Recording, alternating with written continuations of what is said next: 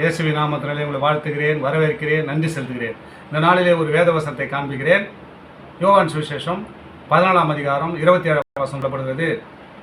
சமாதானத்தை உங்களுக்கு வைத்து போகிறேன், என்னுடைய சமாதானத்தையே உங்களுக்கு கொடுக்கிறேன். உலகம் கொடுக்கிற பிரகாரமாய் நான் உங்களுக்கு கொடுக்கவில்லை. உங்கள் இருதயம் கலங்காமலும் பயப்படாமலும் இருப்பதாக. பாருங்க, கலங்கி கொண்டிருக்கிற இருதயங்கள், பயந்து கொண்டிருக்கிற பயங்கள் ஆண்டவர் நீக்கிறாங்க. ஏன்னு சொன்னால், அநேகர் உனக்கு சமாதானம் கொடுக்குறேன்னு சொல்லுவாங்க. சமாதானம் கொடுக்காத சண்டையில் இழுத்து மூட்டுருவாங்க. ஆண்டவருக்கு சொல்கிறதுக்கால உலகம் கொடுக்குற சமாதானம் அதாங்க. பாப்பா அவனை நல்ல வழியில் நடத்துகிற மாதிரி இட்டு போவாங்க, எங்கன்னா கெட்ட வழியில் நம்ம நோய்ச்சி விட்டு வந்துடுவாங்க. உலகம் கொடுக்குற சமாதானம் அதுதான். ஐயோ அங்கே போனால் ஒரு நிம்மதி கிடைக்கணும்னு ஓடுவோம், அங்கே போனால் நிம்மதி கிடைக்காது, நிம்மதி குலைஞ்சிடும். இப்படியாப்பட்ட சமாதானக்காரர் அநேகர் இருக்கிறாங்க உலகத்தில். நான் சமாதானமாக பண்ணலாம் பாரு இட்டு போவாங்க, ஒரு பஞ்சாயத்தில் இட்டு உட்கார வைப்பாங்க, அவன் இன்னும் அதிகமாக ஏற்றி விட்டுருவான். நிறைய நடக்கிற காரியம் தானுங்க. உலகத்தில் அங்கே போனால் சமாதானம் கிடைக்கும், அந்த மீட்டிங் போனால் சமாதானம் கிடைக்கும், இந்த கோயிலுக்கு போனால் சமாதானம் கிடைக்கும், அங்கே போனால் அந்த அமாவாசை பிறருக்கு போனால் சமாதானம் கிடைக்கும், ஒரு விடுதலை பிறகு வச்சுக்கலாம், அங்கே போனால் ஒரு சமாதானம் ஓடிக்கிறோம்.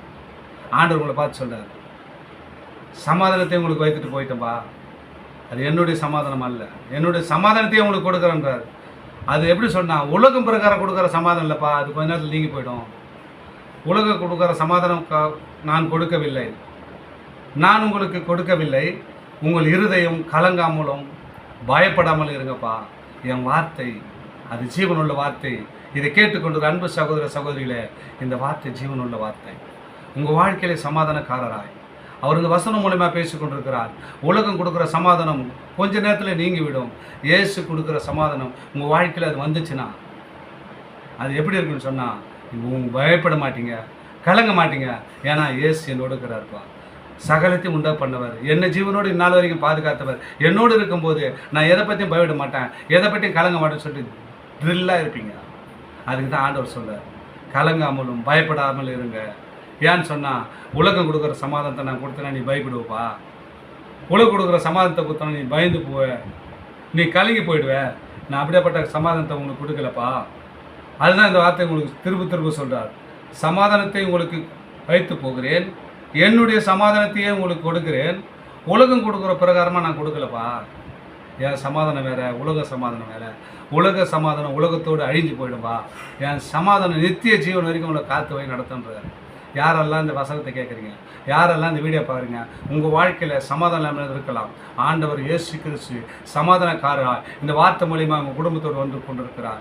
எல்லா சமாதானம் இல்லாமல் இருக்கிற காரியத்தை இந்த நேரத்திலே இப்பொழுது அதையெல்லாம் ஒழித்து போட்டு உங்கள் குடும்பத்தில் ஒரு சமாதானத்தோடு, பயம் இல்லாமல், திகிலும் இல்லாமல், நீ கலங்காமலும் பயப்படாத இருங்க பண்ணுறார்.